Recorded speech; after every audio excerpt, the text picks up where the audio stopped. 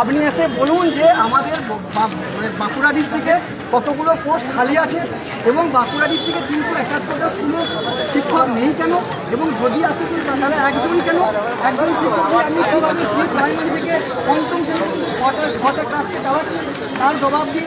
এবং আমরা এখন আমাদের দাবি শ্রেণী পিছু একটি করে শিক্ষক প্রত্যেকটা স্কুলে, তাই প্রি প্রাইমারি থেকে চতুর্থ পঞ্চম শ্রেণী ছটা শিক্ষক দিতে হবে, তবেই বাংলার হাল ফিরবে, শিক্ষা ব্যবস্থার হাল ফিরবে। আমাদের বাঁকুড়া জেলা মূলত লালমাটির জেলা, এখানে বেশিরভাগ মানুষই খেতে পায় না, তাদের একমাত্র একমাত্র উপায় হচ্ছে প্রাথমিক স্কুলে অবৈতনিক স্কুলে পড়ানো, কিন্তু সেই স্কুলে শিক্ষক শূন্য, তাই তারা আজকে আর অর্থের অভাবে কিন্তু বেসরকারি স্কুলে ভর্তি হতে পারছে না। সরকারে আমরা চাইছি বাংলার শিক্ষার হাল ফেরাতে। আমরা কিন্তু কোনো নিয়োগের জন্য এখনও বিরাট কিছু দাবি করছি না, আমরা চাইছি বাংলার শিক্ষা ফিরে আসুক।